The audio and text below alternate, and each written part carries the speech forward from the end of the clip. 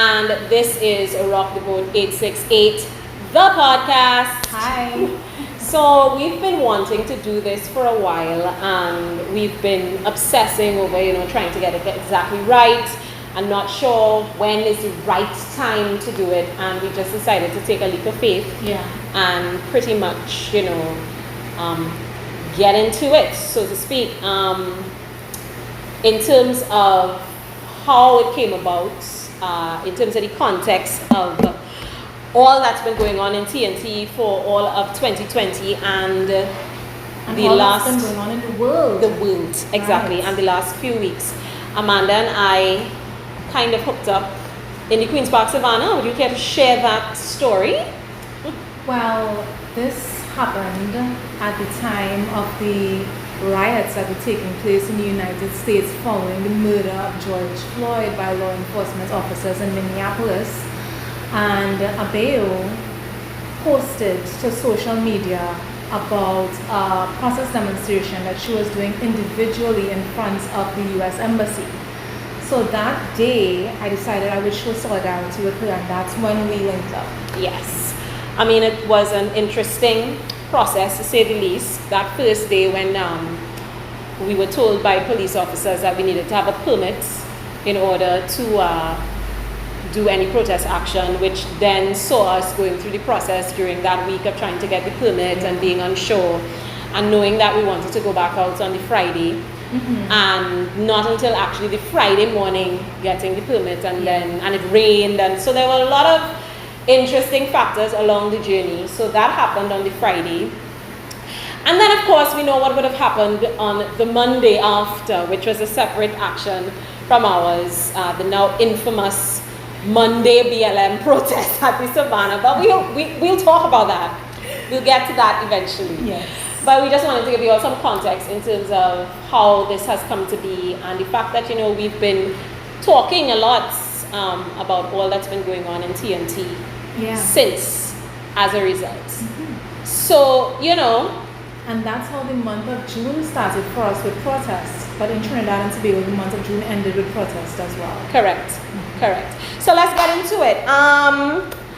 If we're talking all the things that would have happened for 2020, of course we knew we had a global pandemic.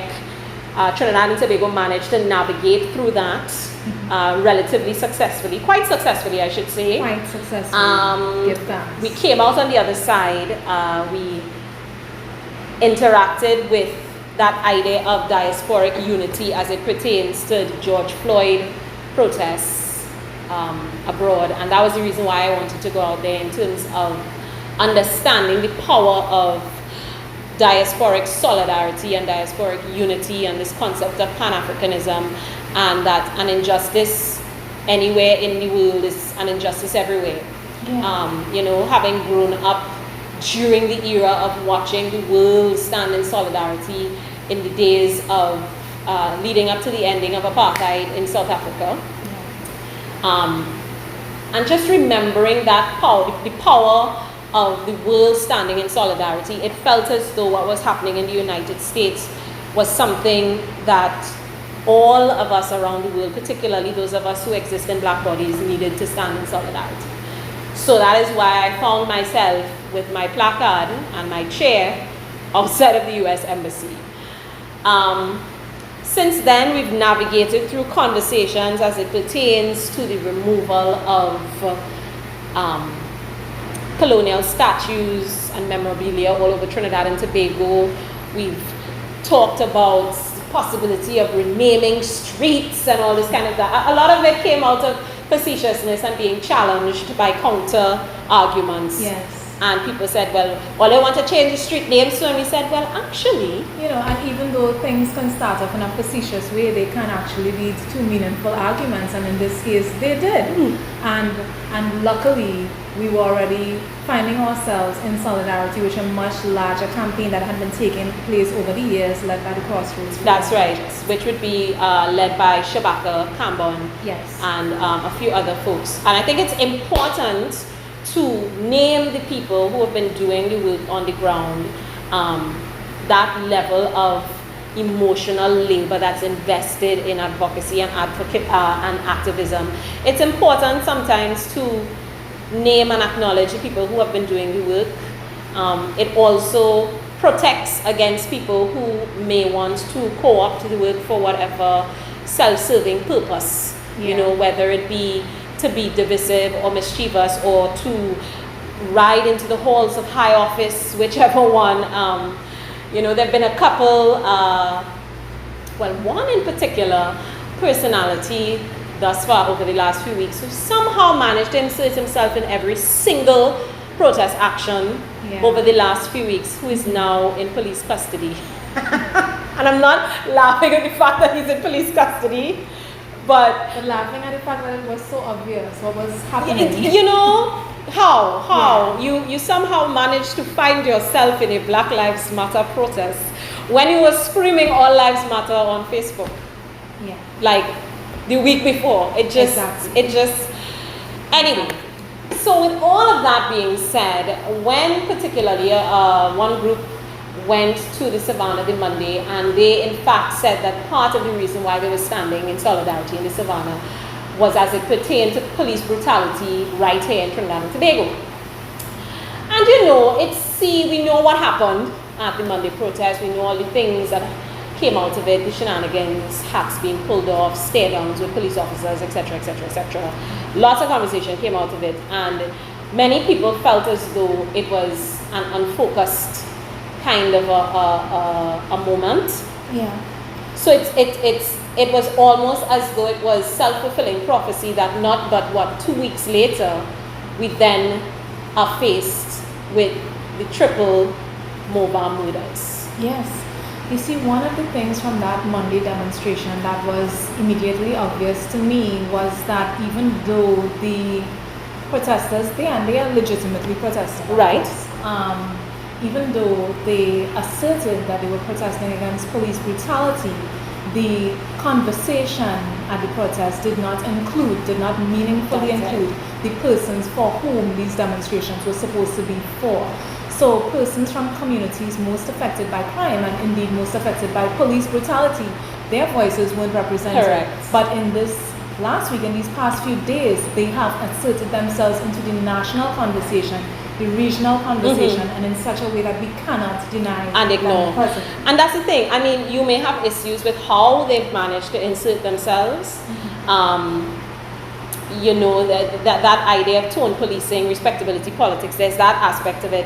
I mean, and then there's also, I always say, you know, in the midst of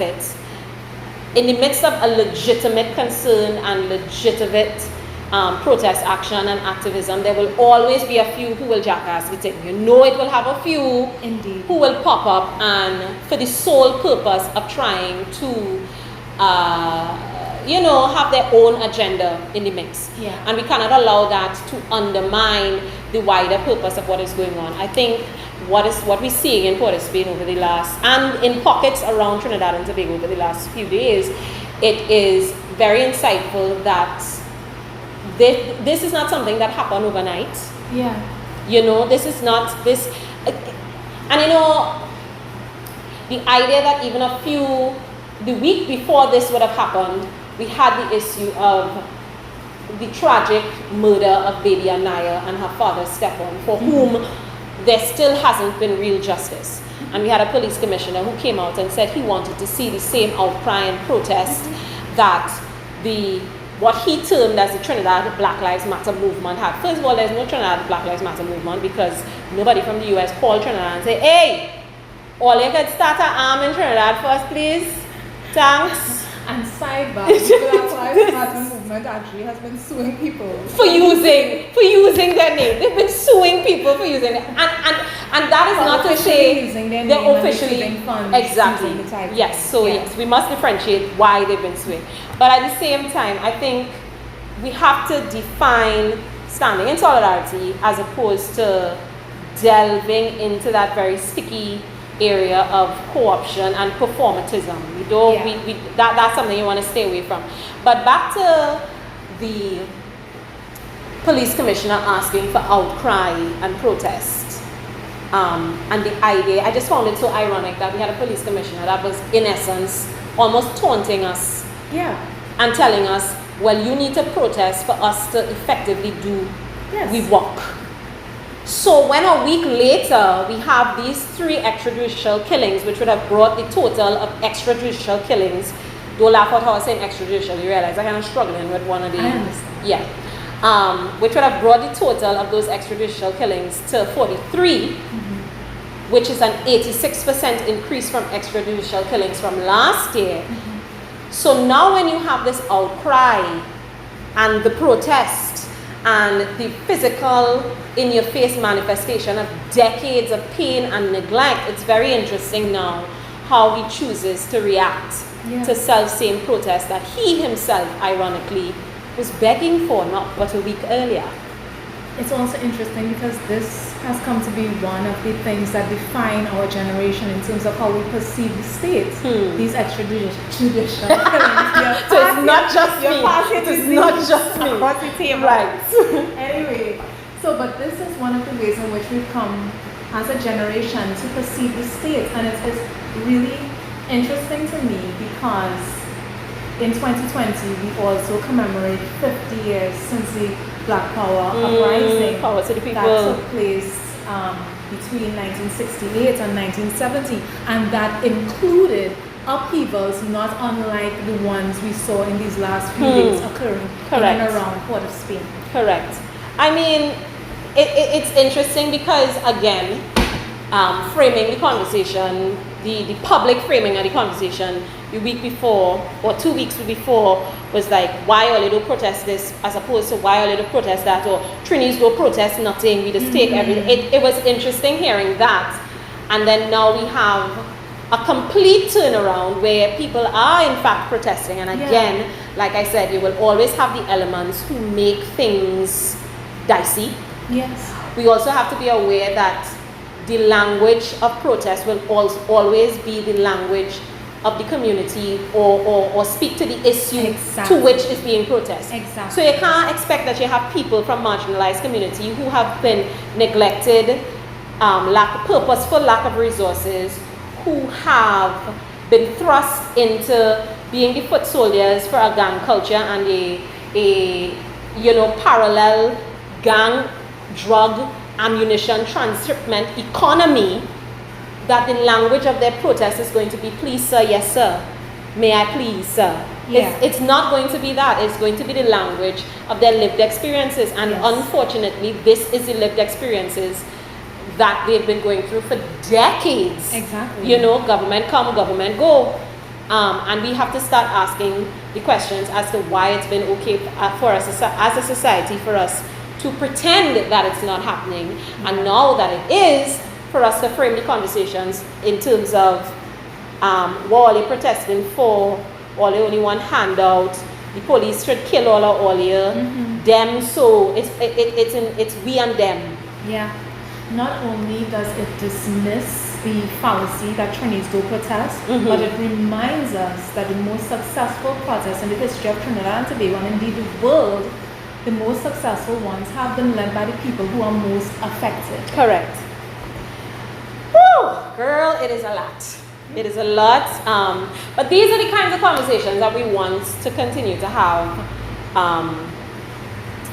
as we move forward with Rock Boat 868, the podcast, because I feel like this is the kind of conversations that we need to have, but at the same time, while we also acknowledge the privilege from which we come. Exactly. I mean, even though we are two black women of the darker hue, and we gonna get into shadeism and colorism. Big love to all my red-skinned girlfriends, but y'all's feelings may be hurt. But we will get into it. I love you dearly still though. But we acknowledge the privilege that we have in terms of we have not grown up in some of these communities. We may not have had their specific lived experiences, and I think it is our job really is not to speak over anybody or claim to speak on behalf of anybody, but simply to amplify the voices that already exist. So we're going to be bringing in people, that can speak directly to what goes on in various communities, various spaces, and it doesn't only have to do with, it will not only have to do with this particular issue, but I mean a nice broad spectrum of things where we could, like, you know, interrogate things in a way, in a space that is safe, you know, and comfortable. We may step on some toes, but I was not given for that. So exactly, and even that is privilege. The fact that I don't need to be afraid of that. You're right. Yeah, girl, you're right. Because we have not only been a part of, but we have participated in a situation that is unjust. Our access to resources, our access to power.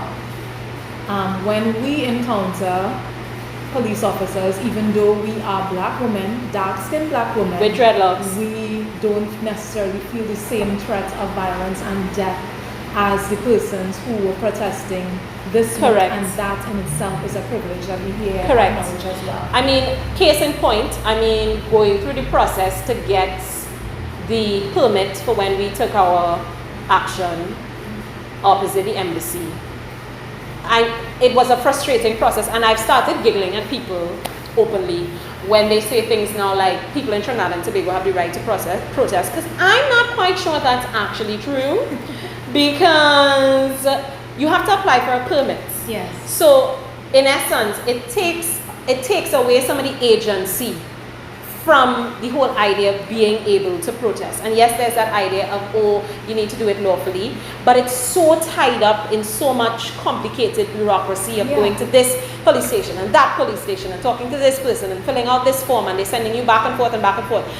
But even in the midst of that, every officer I dealt with was very amicable, accommodating. Yes. And I even seem to empathize with us. I mean, they made it difficult as hell, but they empathize. And I mean, we had an excellent experience with the officer who was, I want to say, the leading officer on the Friday that we did the protest that had the permit. Yeah.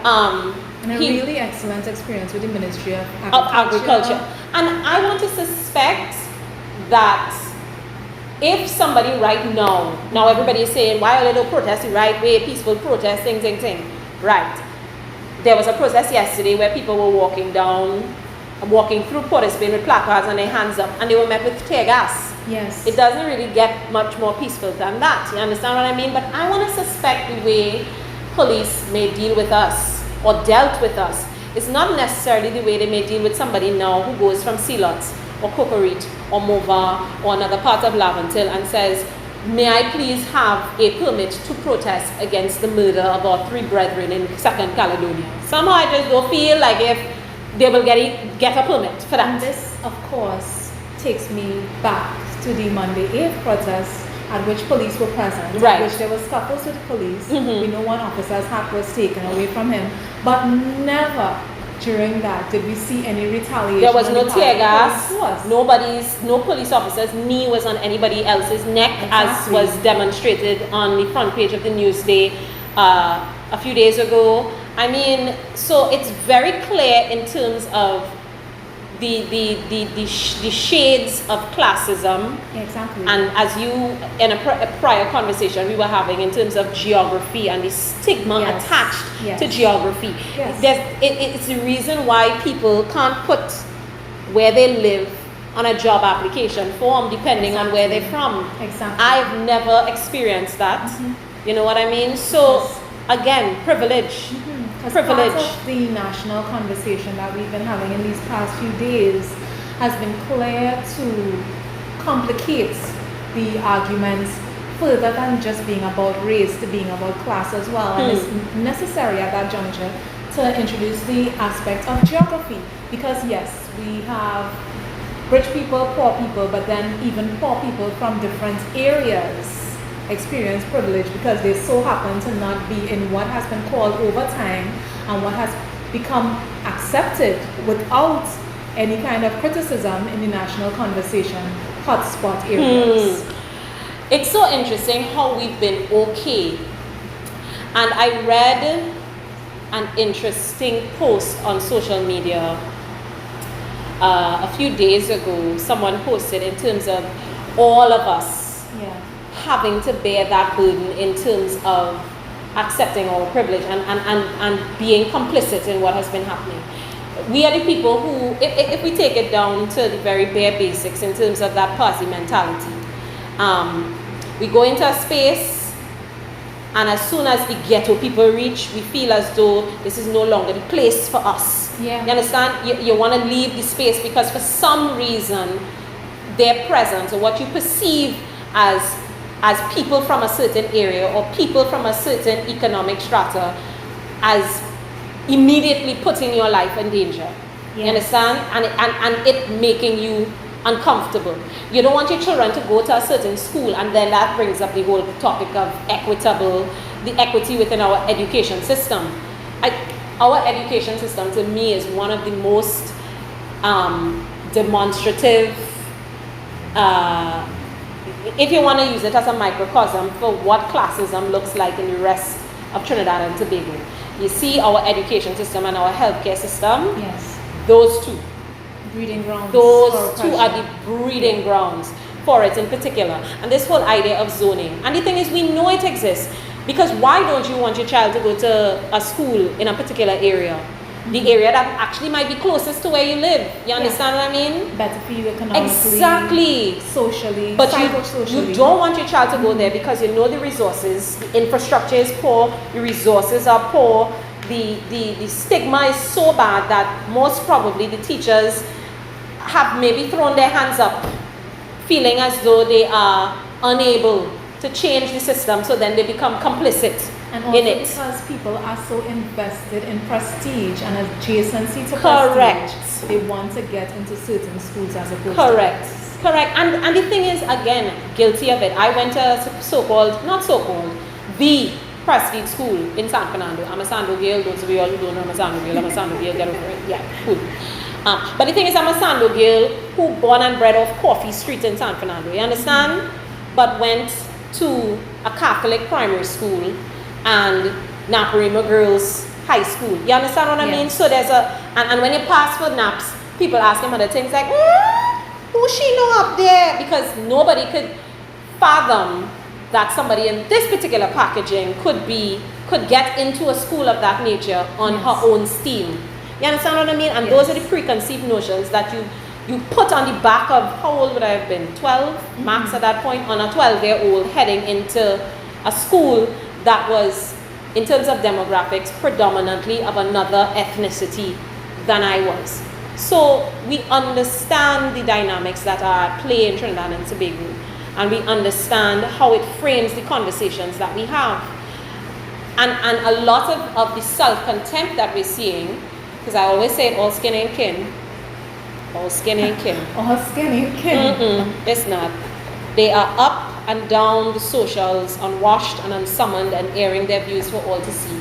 That self-contempt is internalized because the system has told us that we are predisposed to certain types of behavior or are predisposed to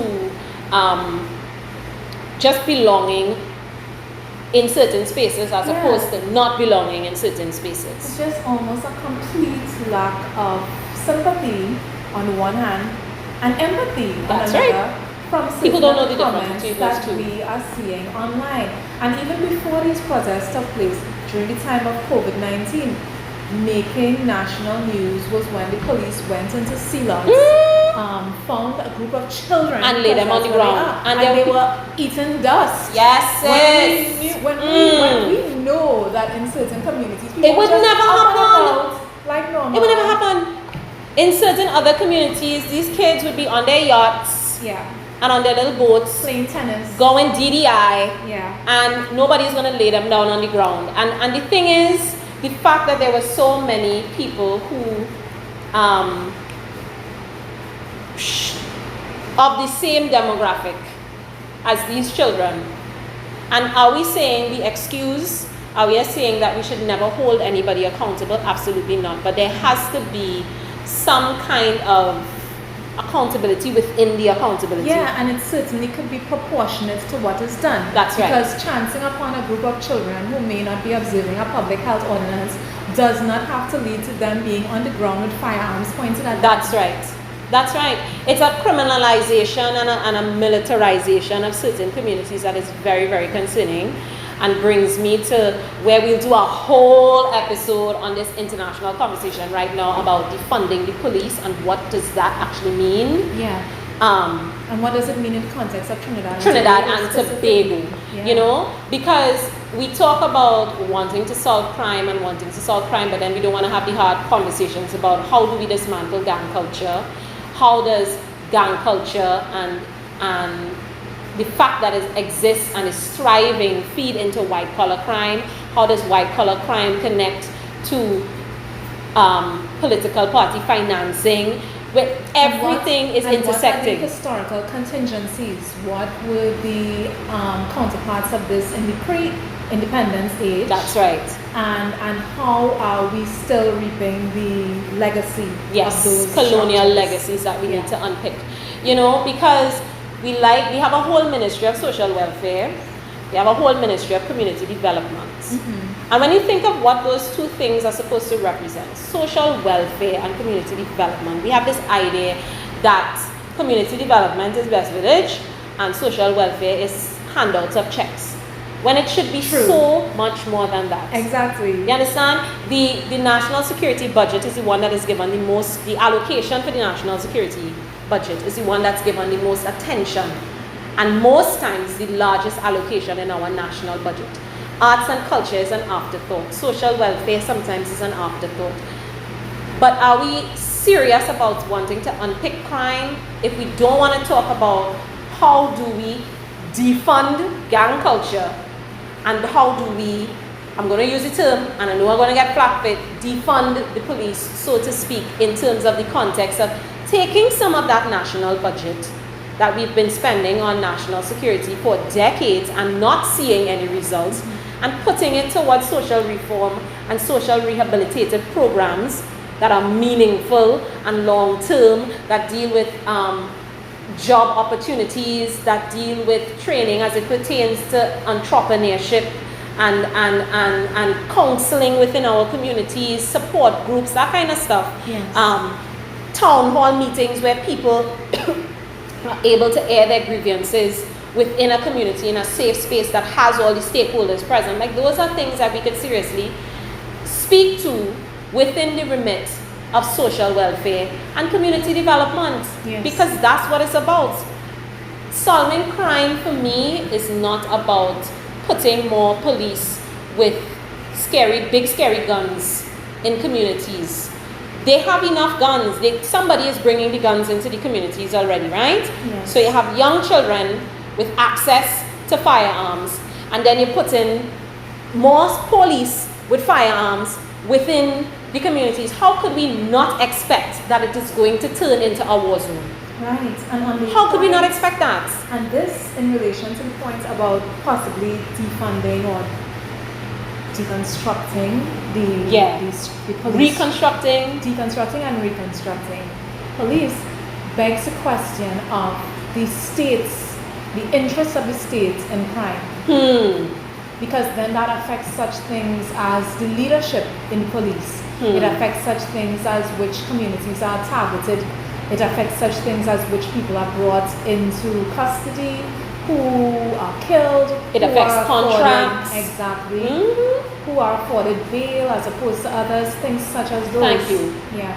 These are like big conversations that I know a lot of people that they want to have, but sometimes they probably feel as though, I know sometimes I feel as though, who am I to speak? Yes. What do I know? But I think so many of us have probably been saying that for such a long time that we have pretty much given up our agency because we've thrown our hands up in the air in that idea of, maybe not intentionally, yes, but because of the fact that maybe we're intimidated by it, or we just feel as though it's not our job to be that invested in fixing it once our immediate needs are met, that we have shied away from having these conversations.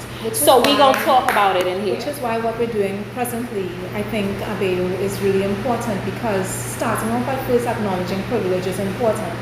But apart from that, in any situation of oppression, people with privilege, and privilege comes in many different ways, people with privilege must, one, identify their privilege and then dismantle it to aid the persons who do not have similar access. Correct. I mean, so a few days ago, young lady who does good work as well, Tarian Roy, she messaged me and said she was going into Second Caledonia, just to talk with the community. Because if it is you feel passionate about something, you're watching something happen, like you're watching it in slow time, kind of happen. It's like watching a train collide or crash. You're watching it happen. You're watching it in slow motion, and you wish there was something that you could do, but you feel as though you don't have the words or maybe the right to do anything about it because it is not your story to tell. Exactly, it's not your story to tell. So in instances like these, I felt like that initiative that she took was so important. I don't know if it was necessarily solely her initiative, but I know she was the one that reached out to me. But one of the things I admired by what Tarian and her Cherise, Team Cook Group, that sounds, I think they could catch on. What I appreciated about what they did and even what you did, Abeo, was there was no one trying to claim leadership. No. And this is something that I have also distinguished between the successful protests in Trinidad and Tobago over the years, over the generations, is there's a clear distinction between protests in which persons claim leadership roles as opposed to those in which it's decentralized. Thank you. Because the decentralization of focus really speaks to the vulnerability of those involved in the protest. And what eventually happens is organically certain alliances will be formed. So even within what's happening right now in Port of Spain, from what we've been reading, all we've been hearing, it's been said that many of the gang leaders or factions or communities have decided to call a truce for whatever it is, whatever rivalry, whatever war has been going on, to come together to deal with what they see as injustice. Now, you could be upset with the tone, you could be upset with the kind of action that they're planning to take, etc. But I think it speaks to the authenticity of the moment. The fact that this triple MOVA murder was enough to get these entities together.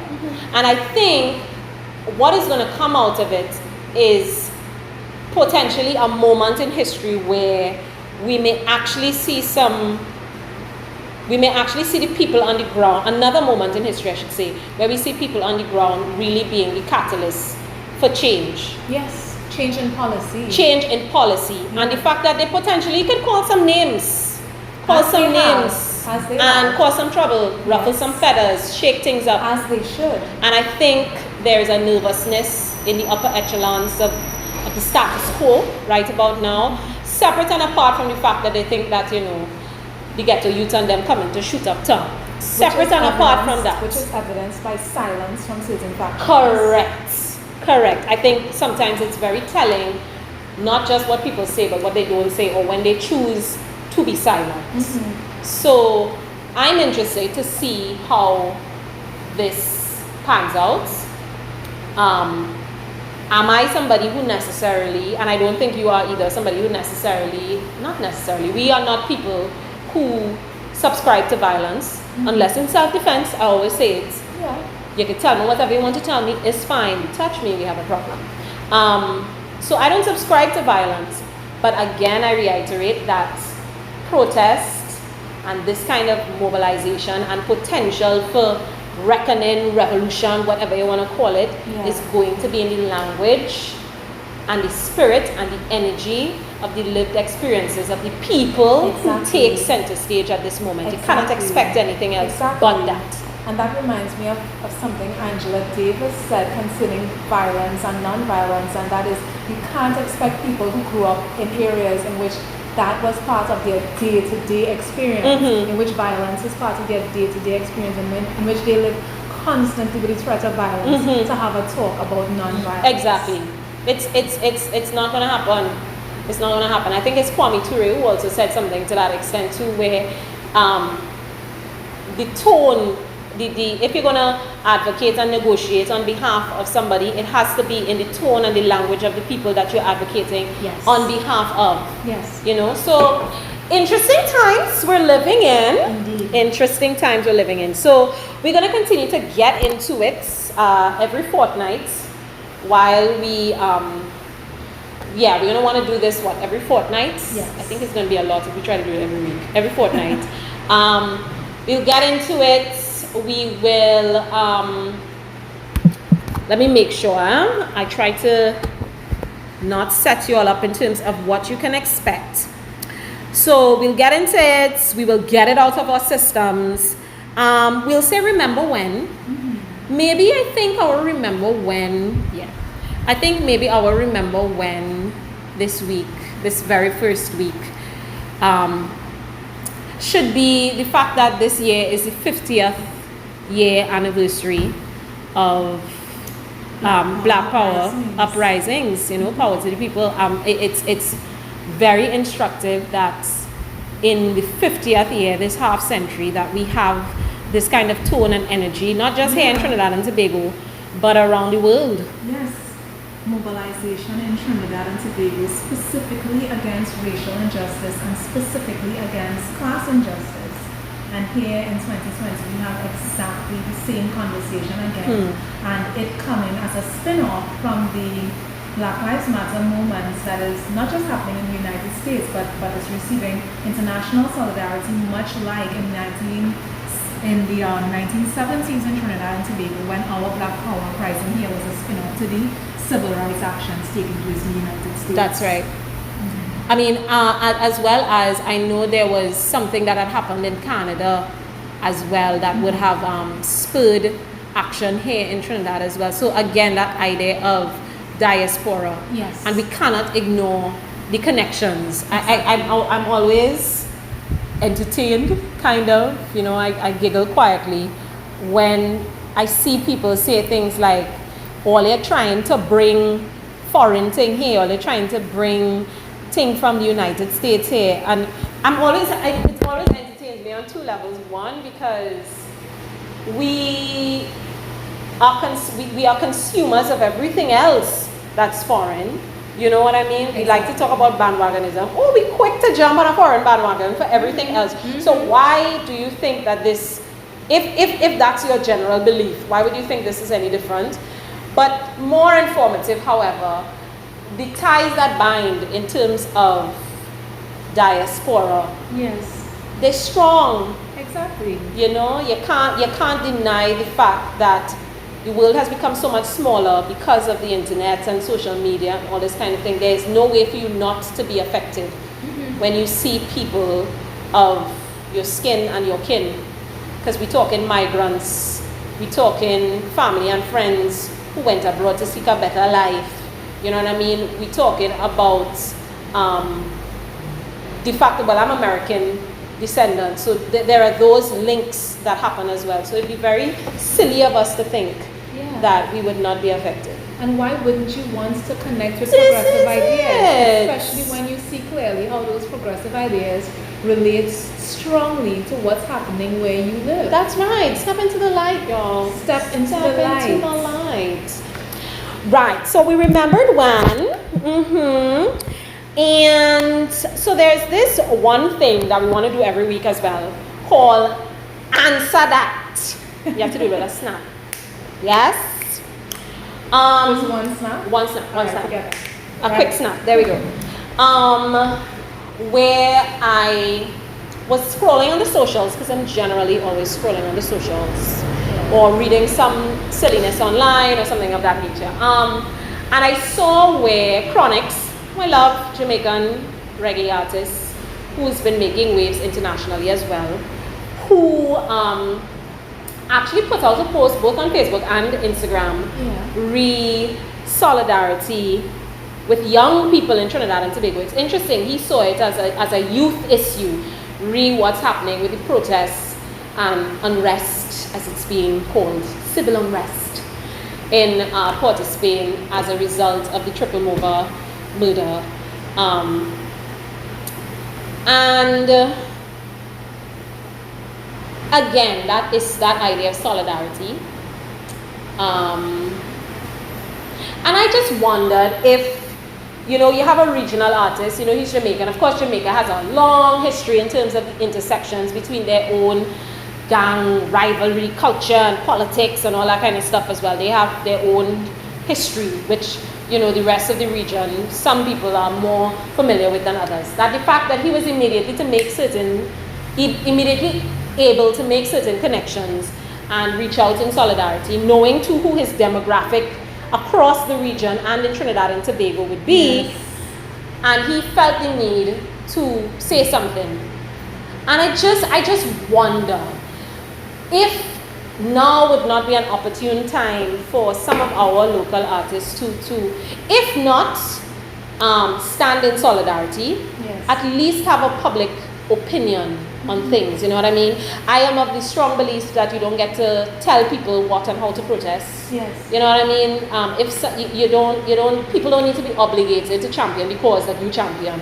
So that's my very broad disclaimer there. But it's just instructive, particularly in terms of like our soca artists, the ones who have very, very big platforms, who, COVID or get on, as I call it, has done entertainers and creatives so dirty this year.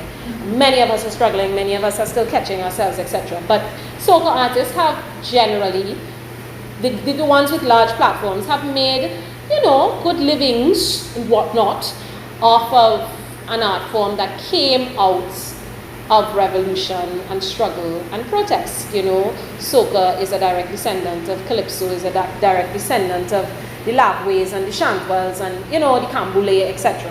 Yeah. So I just find it, which in turn came out of communities like the Laventills and the East Dry Rivers and the East Port of Spain in general. And supported the movements of Carnival. Right, you know what I mean? So I just wonder if you don't think now might be a time for some of our local artists and creatives to be very aware, let me frame it right, because I don't want people to get vexed. Actually, I don't care if people get vexed with me, but I want to do it justice. Don't we think it's time for our artists and our creatives to be very public about their positions on social issues? I agree. What I liked about the statement from Chronix was that he specifically identified the youth population involved in these protests, because one of the problems in how the conversation happened in recent years and in how we received the conversation growing up Abeo is the idea that the criminal, and by criminal I mean people from a particular area, using air quotes here, is almost unchanging and timeless. But with Chronix identifying youth shows that this is something that develops through generations and has its own generational ethos as well. So we are not just addressing the situation as we would have addressed it 30 years ago, right, 50 years ago, but we have to address it specific to the needs being identified by right now in this moment. Right now. Correct. Yes. Answer that. Yes. Answer that. That's my question. So every week we will have an answer that, and most likely it will speak to, of course, again, some sort of current, some social issue that may be happening at the moment. So, I feel like we've talked your ears off a lot. Yeah, we're doing well for time. We said we would try to keep this to about 45 minutes. Yeah. We are approaching the 45 minutes mark.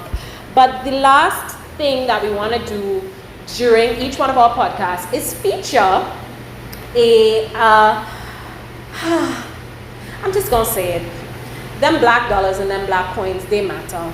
They do, because that's part of the socio-economic factors that have led to where we've been. The racial and class injustices that we are talking about presently. Preach, sister. Right. It is informative that we have a population in Trinidad and Tobago where just below half of the population is of a particular demographic, but somehow our business landscape doesn't necessarily seen yet to reflect that. Yes. And I think we need to start having conversations about redistribution of wealth.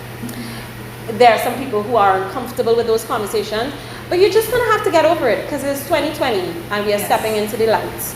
So, who would we like to feature? I think one of the businesses that has emerged over these last few weeks, let me make sure I find her on the good old socials. Her name is Jillian Goddard. And I tell you, she emerged as such a strong voice and such an inspiration in terms of what happens when all advocacy, the conversation around decolonization. Yes, and the stance that she took, because as you may or may not know, a lot of our neighborhood racists appeared unwashed and unsummoned on the socials, where they could have stayed silent, you know, but they didn't. They chose to speak, and now we all know, as though we didn't. Yes, it's not as if we didn't suspect, but I always say, 'tis best to be quiet and be thought a fool than open your mouth and remove all doubt. Oh, let's say, 'tis best to be thought a racist. Thank you. Then open your mouth and remove all doubt. There you go. And this woman took such an amazing stance in terms of her product. So she's a chocolate producer, and she's the part owner, because it's kind of a cooperative type setup. Which there we go. It's brilliant. The Alliance of Rural Communities. And she said something to me the other day that has stuck with me, where she pretty much says that she doesn't think that we need to live in a society any longer where people work in spaces that they don't own. You understand what I mean? Agreed. And it doesn't mean that everybody is destined to be an entrepreneur, but that idea of the cooperative and the GAIAP and the groupthink and the group economy, and it's important. Of course, ownership is a central aspect of the capitalist ethos. That's right. And once you attack the money, you begin to attack all the other isms that stand on the back of capitalism. In case you don't know, racism, sexism, classism, all of the isms cannot exist, and phobias, they can't exist unless they are supported by capitalist ethos.